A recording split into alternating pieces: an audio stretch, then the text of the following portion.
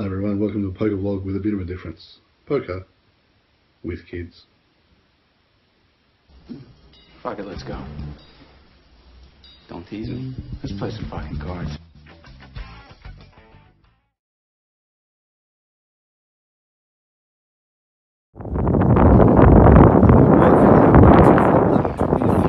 Poker with kids.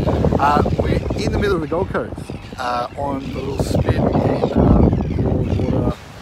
And it's an interesting spot. You can see pretty much all around. You have water, sand, right behind me. Here, you can see the Gold Coast itself.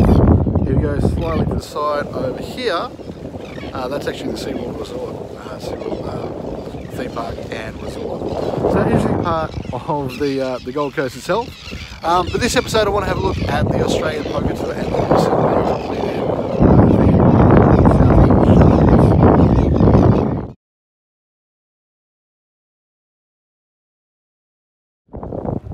Before we get to having a look at my results during the series, I thought I'd talk a little bit about the series as a whole and my overall impressions of the Gold Coast stop. So obviously the venue, the same one that they ran the series in September last year that I actually travelled up for. Obviously now I'm going to be up here, it's much easier to get to the events. But the venue at Southport Sharks is really nice. Big venue, can hold plenty of tables and plenty of players. So that's all fantastic. Overall, the organisation was pretty good. The schedule looked fine with, as I said, the 12 events over the course of 3 days, and a vast majority of those events being under $200 for the buy-in. So not entirely out of the range of the average punter. Yes, they did have their super high roller event, which was I think $11.50 buy-in, and a high roller event which was $4.50, as well as I think a $550 buy-in 6 max. But that really did, that obviously they had numbers for those events, but they were where the majority of players were actually playing. And to give you an indication, with small buy-ins, they actually managed to generate a prize pool of close to $500,000 in prize money across the series. So really well done in terms of organisation for the people behind the Australian Poker Tour. Well done, a good stop overall. Having said that, it wasn't without its flaws and problems. One thing that they did do, which I can sort of understand, is they're very much prioritising the quote-unquote big events. The main event, the high roller, the super high roller. These were played in the big playing hall, and some of the smaller tournaments, and in fact all the events that I actually played in, were actually in a small sort of side area, which for a poker tournament wasn't an ideal setup. It was sort of like a long room where you had 10 to 15 tables that were only sort of 2 tables wide. So you potentially had a TD running from one end, trying to run from one end of the hall to the other if they got called to different tables. Having said that, I think they ran the main events of that really well, but they put their focus on there, which meant that some of the smaller events were a little bit let down, didn't have the staffing that you might expect. So for example, most of the small tournaments that I actually played in end up with a single TD trying to run the event in, as I said, that sort of awkwardly shaped room, which made it very difficult for a TD to get very quickly from a table at one end of the room to a table at the opposite end of the room. Having said that, with the main event, as I said, plenty of tournament staff to run the tournament. For the high roller and super high roller events, they had dealers on every table, so that obviously made controlling those games and running those games much easier. But yeah, maybe a little bit more attention being given to the smaller events for the future would be just one tip for guys at the APT. One of the little innovation, I suppose you could call it, that they had at the tournaments was trying to keep track of all the players, eliminations, where they were seated, that type of thing. I think in theory a really good idea. However, the practice of it, to be honest, given that I didn't play in the main event, it might have been different. But especially for the side events, or the smaller events in the smaller room, it actually really didn't work so well. What happened is you had players that not only sat down at the wrong seat, they sat down in a seat and then moved. So for example, in one event I played, I was seated in, I believe, seat 2. I had a person that sat down in seat 4, the player in seat 3 that was next to me busted, and the person in seat 4, for whatever reason, decided that they were going to move across to seat 3. Then when the TD came around to go, oh, we've lost a player, they went, oh, there's a gap in seat 4, so it was the player in seat 4 that they listed as having been eliminated, even though that was clearly not the case. Then it gets to the problem that they don't know who's left on the table, and when they actually went around to breaking tables, there was sort of this big delay where you had a single TD on a single iPad going, oh, we have a spot at these tables, so this particular person we're going to move from, for example, table 1, seat 5, you're now going to go to table 6, seat 4. Then they'd send that person off, do any fiddling around that they need to do on the iPad to make that change happen. Then we go, oh, so we've got on table 1, seat 3, they'd have the wrong person sitting there, and it'd be a whole shuffle around to try and get, okay, the right person. Oh, you're Dave, not Chris. Okay, we'll find Dave on the list. Okay, Dave, you're actually in seat 3. Well, instead of being eliminated on table 4, you're now on table 1, seat 3. We're going to move you to table 7, seat 2, or whatever the case may be. But that process of breaking tables and moving players, far less efficient and time consuming than it really should have been. The system that you use at normal casino tournaments, where they take their the seating card and you just pick a seating card from the table and go there, works fine. The poker system of sort of allocating based on seating position is good for the attempt to try and get as close as you can to the same position, and you're not going to basically end up going sort of from table to table, being okay, I'm big blind, big blind, big blind, and getting blinded out just by moving tables. But again, that's a bit of an imperfect system, because you're not necessarily going to have the exact place that you want for the players that you're moving. So overall, an interesting idea. It might be able to work better if there were maybe, let's say, 2 or 3 TDs that came over to break a table, and you get that reseating of players done a lot more quickly. But as it was, it really wasn't a very efficient and very well done method at the moment. Other things that they had at the tournament, their merchandise stand, perfectly fine. I didn't pick up anything there this time, but last time I picked up a couple of t-shirts. But yeah, perfectly fine merchandise stand there. They had some snack food for the players in addition to the usual bar service that you expect at the club. So from that perspective, pretty well run. As I said, my only real gripe is the smaller events seem to be lacking in terms of the number of TDs and just the awkward shape of the room, and that made it very difficult to break tables and get people moving around efficiently that needed to move around. One other problem that I noticed in one of the events that I played is, again, given that it was that awkward shaped room, the place where they actually had the computer with the tournament clock, that was actually facing the wrong, well, facing away from the table that I was sitting on. So we actually never knew when the blinds were going up, and we actually missed an entire level because we didn't hear the TD announce that the blinds were up. So that sort of made it a bit awkward for the table that I was on at one point. But having said that, overall, very well done for the APT for running the series.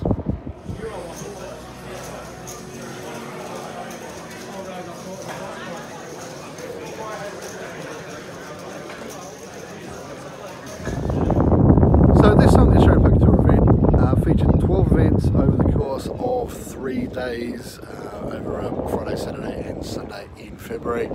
Unfortunately, in some ways for myself, I can actually only play in a few events, given that I was actually just on Saturday and Sundays. That meant that events like the main event, I just physically couldn't play because I couldn't get to there. Having said that, the tournament and series itself for me personally was actually a pretty big success. Could be interesting with the weather in the background. Had a bit of lightning. It's one of those days. It's actually pretty dark if you look over in this direction. Hopefully the weather doesn't get to me and seeing as it's only 3:45 in the afternoon, it's looking pretty bleak. But having said that, if I turn around, you can see some blue skies heading out in this direction. So we'll see how we go, although that doesn't sound the greatest.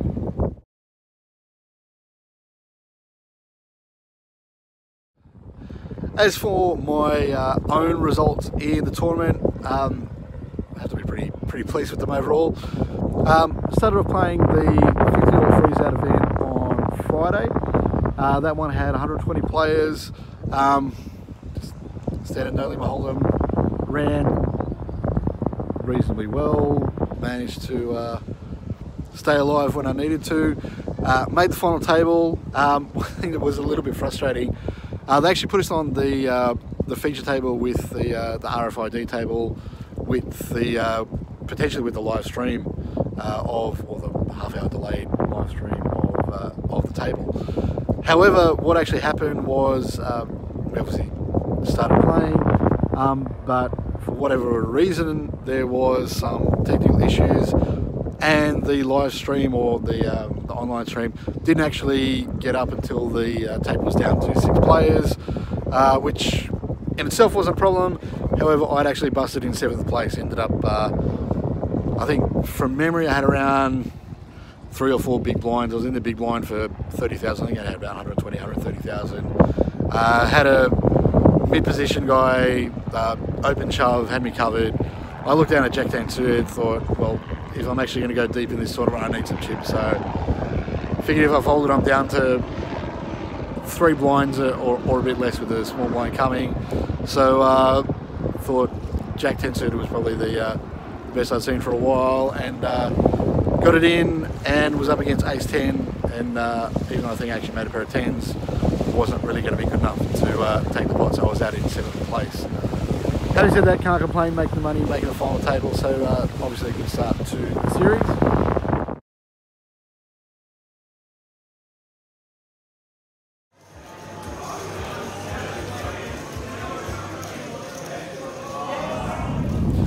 The second event of the series that I played was event number 4, the $50 short deck hold'em.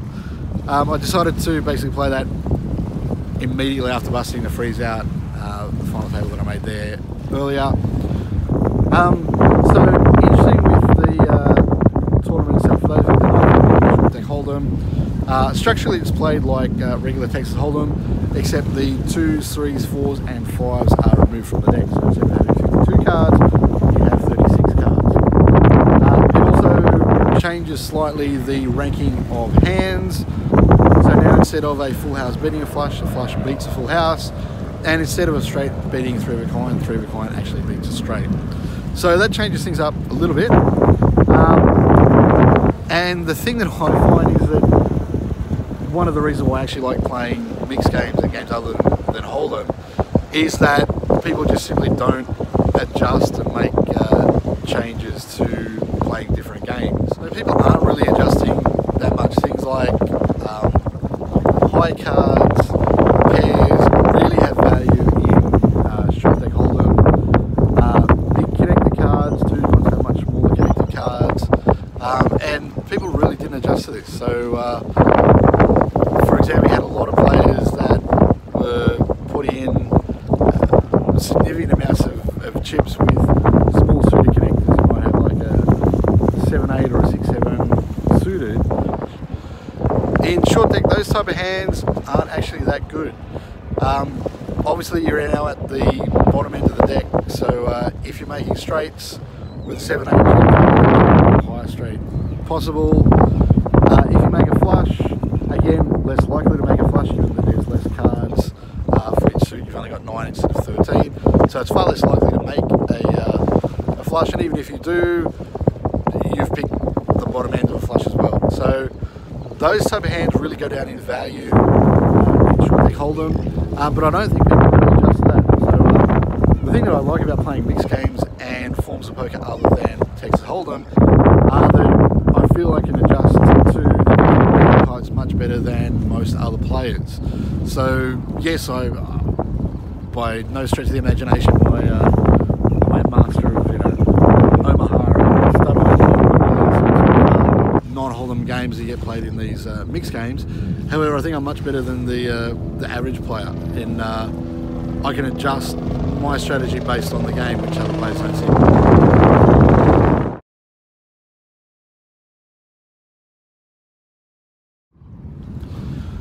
In terms of the tournament itself, my starting table was nothing special. I'd sort of chipped up a little bit, but I think where I got my first bit of luck was actually the table that I got moved to.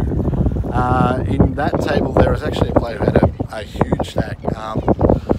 At the time, I think the blinds were 1,000, 2,000 or less, and he had well over 150,000, if not more, and he was essentially calling any raise, calling most all-ins, and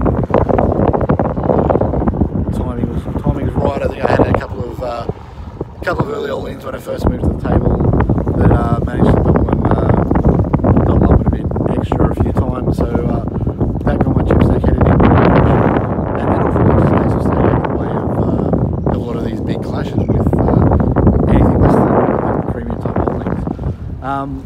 Which is something that I found, again, another number of other players really struggle to do. They had the hand that might look like it could have potential, but often the flop is really a big determining factor, especially in short deck, where often you have less outs than you might in a regular hold'em game.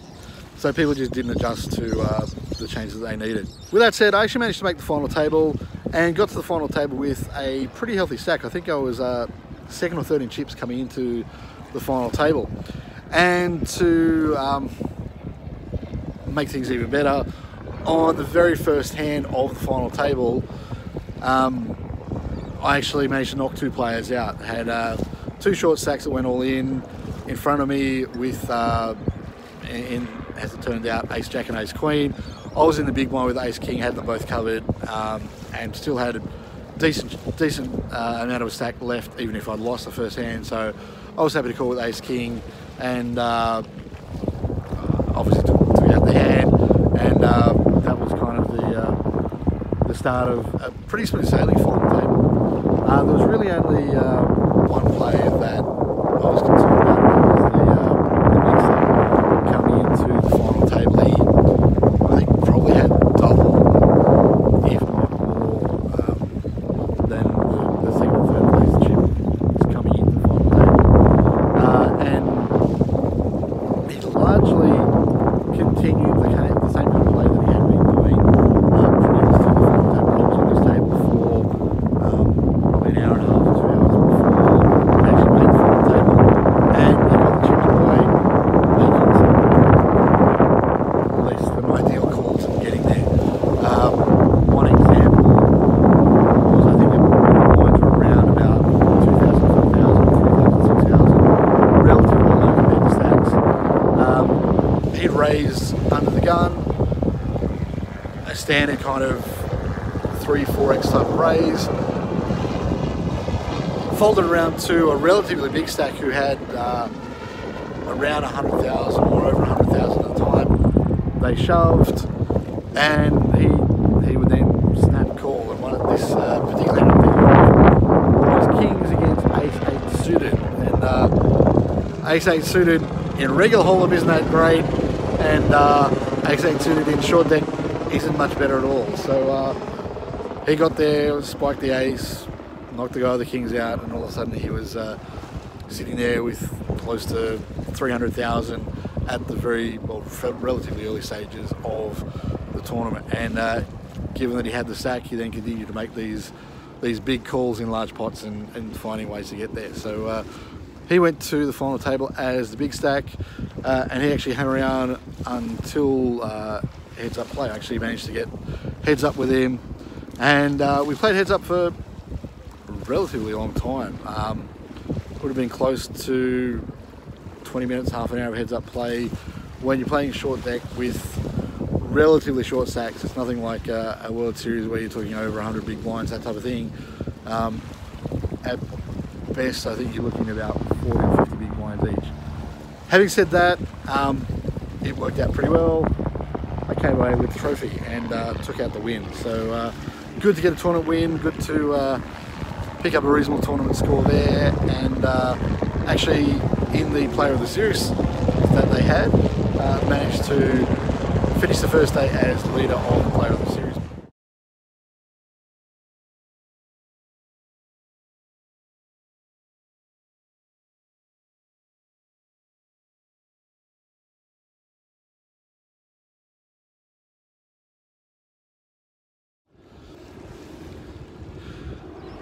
As I mentioned earlier, I could actually only play one other event, the Saturday night event, where I basically finished my work at the chess tournament and headed back to Southport Sharks.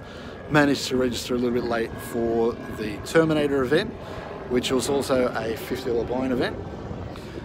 This time it was $20 per knockout, $20 going to the prize pool, and $10 as their admin fee or rake. So bit of a large rake, but having said that, not such a bad tournament itself. Again, this tournament had a lot of players gambling early, and especially with the lure of a bounty of $20, that made people call much lighter. It seemed to be the case that people called much lighter just because they had the chance to win $20 in a pot rather than just winning some chips.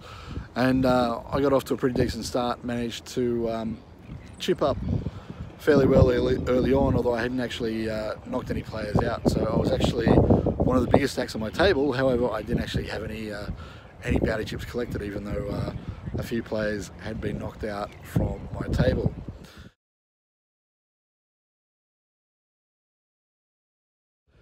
As it turned out, they had 131 entries to this event.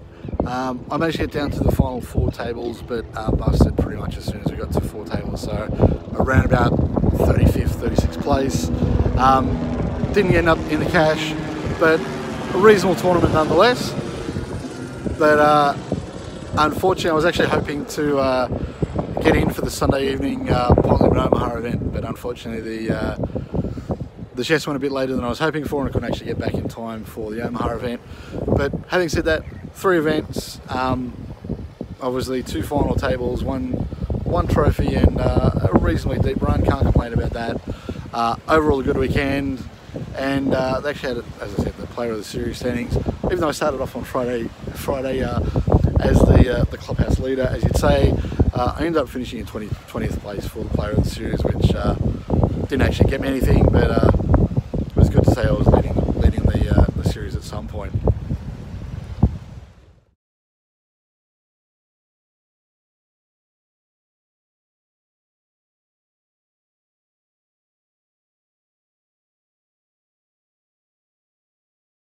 One other small criticism I had of the event was in terms of the coverage, particularly at the venue.